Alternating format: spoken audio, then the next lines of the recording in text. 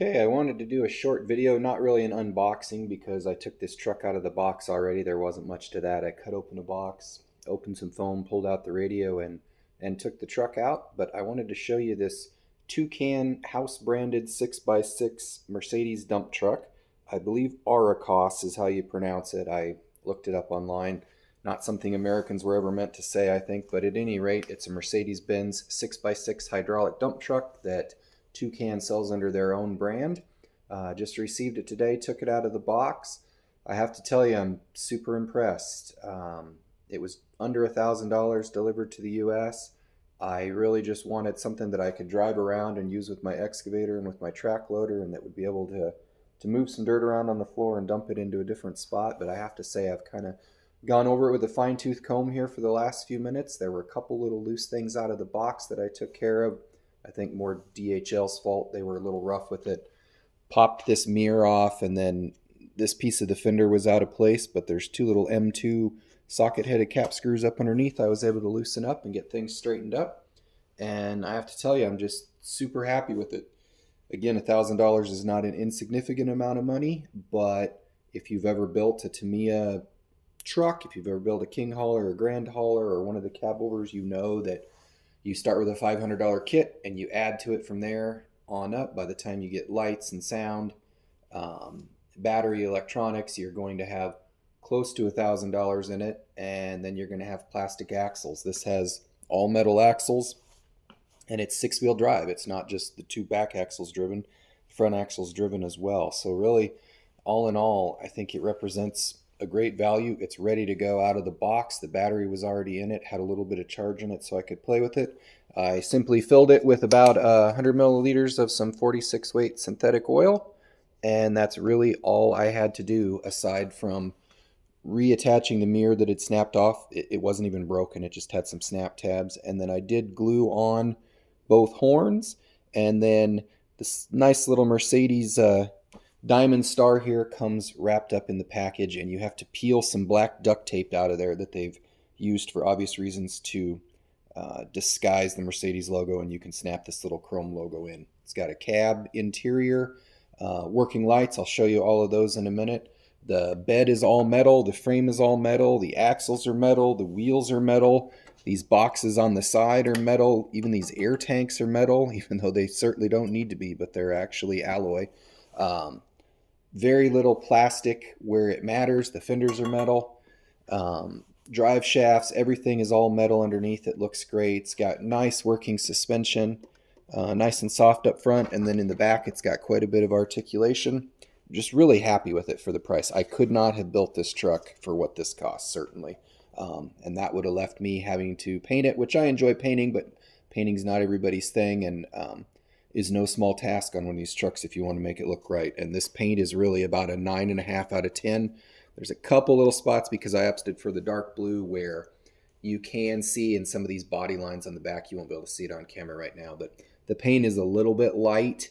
Dark blue is a terribly hard color to paint. Had I opted for the yellow, the white, or the silvery gray that they have, obviously that probably wouldn't be an issue. And again, I don't even see it as an issue. This thing's going to drive around in the dirt and get dirty. It will never be as pretty as it is right now. And I'm super happy with the job they've done. Even the radio that comes with it, although it is a less expensive radio, is just really pretty decent, honestly. There's nothing wrong with it. It's got a decent feel to it, a decent weight to it. It would work for smaller hands. You got an 8 or 10-year-old kid and you want to have him drive this around, no problem. It also fits in my giant 230-pound gorilla hands, no problem. The buttons and switches all actually have a really decent feel to them. It's got a nice little screen on it. It's not as nice as a fancy radio, but it is fully featured and seems to do absolutely everything that it would need to do for this truck. Again, just no complaints whatsoever. One of my favorite features of this truck, and something that I do when I build a truck, it actually has a power switch underneath it, and I'll turn that on now. Sometimes trucks or other pieces of equipment are relying on you plugging in the battery. You've got to open up the cab to do that. This is nice. If you've got a bunch of short little play sessions, you can simply switch it off in between, and you don't have to open up the cab and disconnect the battery. And I looked, the battery actually runs through the switch, so it's not as if it will be draining the battery as it sits on your shelf. So I really, really like that as someone who maybe tends to have some 5 or 10 minute sessions here and there. You don't need to open up the cab and disconnect everything in between. So that is great. I've just had a couple minutes with the remote, so I'm going to attempt to go through some of the features here and get it going. You can see when you start it up, it's got the lights on top of the cab. They have multiple modes that you can operate them in, and you do that by switching the third switch over. I think it's switch 7 on here. There's like 4 modes that you can go through, a couple different strobe modes, and then off. So I think by default it powers up in this sort of rapid. I kind of like the slower beacon look maybe. The truck also has lights all over, and it's got lights in the back that work with blinkers, lights up front. First thing you can turn on is the daytime running light strip. It's kind of a neat little simulated DRL strip. A little hard to see behind the grills, but in person you can see it pretty well. Next, you can turn on the low beams, and then the third flick of the switch will get you your high beams where all the lights are on. Now, I think when you power it on, it comes with the hazard lights on. And you flip that same switch, instead of flipping it down, the same switch that I used, switch 8, instead of switching it down to actuate the headlights throughout a sequence, if you switch it up, it switches off the hazard lights. But then you do have working turn signals, so as you turn, the lights front and rear, I realize you can't see the lights in the rear at this point, but the lights front and rear operate, so that's great. It's got a nice sound system, nice horn that's nice and loud. Flick the switch up to start it, back to the center to let it run. This is super cool. I was impressed. The volume knob, and it gets loud. I'm not sure how well it's going to come through on video, but it's so loud right now that it's hard to talk over it. And then you can turn it all the way down. For the purpose of the video, I'll leave it on here, but turn it way down. So that's super neat. Again, that works on the remote right out of the box. Just a super cool thing. In order to open up the cab, you just pop out this little magnetic strip here, which comes out pretty easily. And then there's a really neat all laser cut stainless latch. I'll flip it around and show it to you later, but there's a laser cut mechanism on the back here that opens up the cab, and the cab actually is retained by 2 locking pins, and you're able to open it up. Super easy to get to your 3S 5000 LiPo. Fits in here beautifully. I think there's enough height. As long as the width and length were the same, you could probably fit an even larger battery in there. I'll pause the video and flip it around so I can show you some of the features on the backside. Before I do, I'll open this metal toolbox again. There's one ESC up in here. I think this might be the brushless ESC for the little brushless motor that runs the pump, if I'm not mistaken, but at any rate there is one ESC in there, but there's plenty of room if you wanted to put some chains or something in there. And it's got these really neat, and they're actually a nice urethane rubber. They're not hard plastic, these nice soft wheel chocks that actually fit the curvature of the wheel really well. And they've got this super slick little laser cut or stamped stainless steel retaining clip that holds them. So again, just all kinds of little details for the price that I'm super impressed with. Let me get it flipped around here. Okay, flipped back around, and I left the cab open so you can see inside of it. Nice 20 kilogram servo for the steering. Seems to work great. One of the things I didn't mention on the remote when I was showing it earlier is that it does have a 2-speed transmission. So there's high, there's low. It's got a nice, the transmission's even metal. It's got a metal transmission, metal transfer case. Everything seems to have bearings. I took off one of the wheels and looked. The front wheels have massive bearings in them. They've got a pin drive system inside of them, but if you take these 10 little tiny M2 headed bolts out, the head is M2, the bolt itself is only M1, I believe. You take those out, take the cap off. You can take the regular nut off with your classic RC 4-way wrench here. You can just take the wheel off, and inside of it is a huge bearing, probably 28 or 30 millimeters, over an inch in diameter. Super nice bearing. So there's no wobble. The front wheels are crazy solid.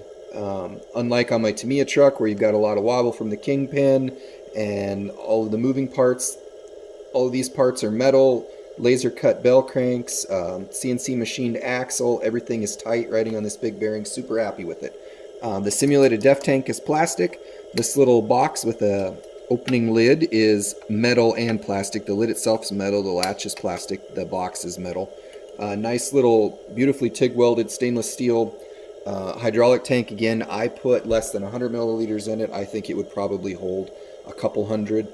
I filled it up to the point where it's about a quarter full when the ram's all the way extended, and I figured that's enough oil, at least for now. I will raise the bed, and that way you'll be able to see the latch for the cabin that I'm so impressed with. It is noisy. The brushless pump is noisy, and it's not excessively fast, but it gets the job done. As the bed comes up, there's a mechanism underneath that releases, and I think it's just out of frame, but it actually allows the tailgate to swing open right about now. So when the bed's about halfway up, nice brass, they call it a copper, but it looks like a brass cylinder. So we've got 1, 2, 3, 4 stages that telescope plus the base stage. So I guess you'd call it a 5-section cylinder. 4 of them move, and 1 is the fixed base. Here's that neat latch. You can see it grabs the cab both of these places, and the cab really sits down in there and locks. So when it's shut, got to keep my battery wires out of the way, but when the cab is shut, it has a really positive lock to it. There you can see that metal, again, metal transmission, 2-speed transmission, and the metal differential case. You can see metal frame rails, a second set of metal frame rails on top for the dump, and the brushless pump and motor are back here. It's just a small little outrunner brushless. Again, not the quietest thing in the world. It doesn't have a valve. It relies on reversing of the pump. So to raise it up, obviously the pump's building pressure within the cylinder, putting oil in the cylinder, raising the cylinder. To bring it back down, it reverses the brushless motor, runs the gear pump in reverse, and is actually sucking the oil back out of the cylinder since it's just a single acting cylinder.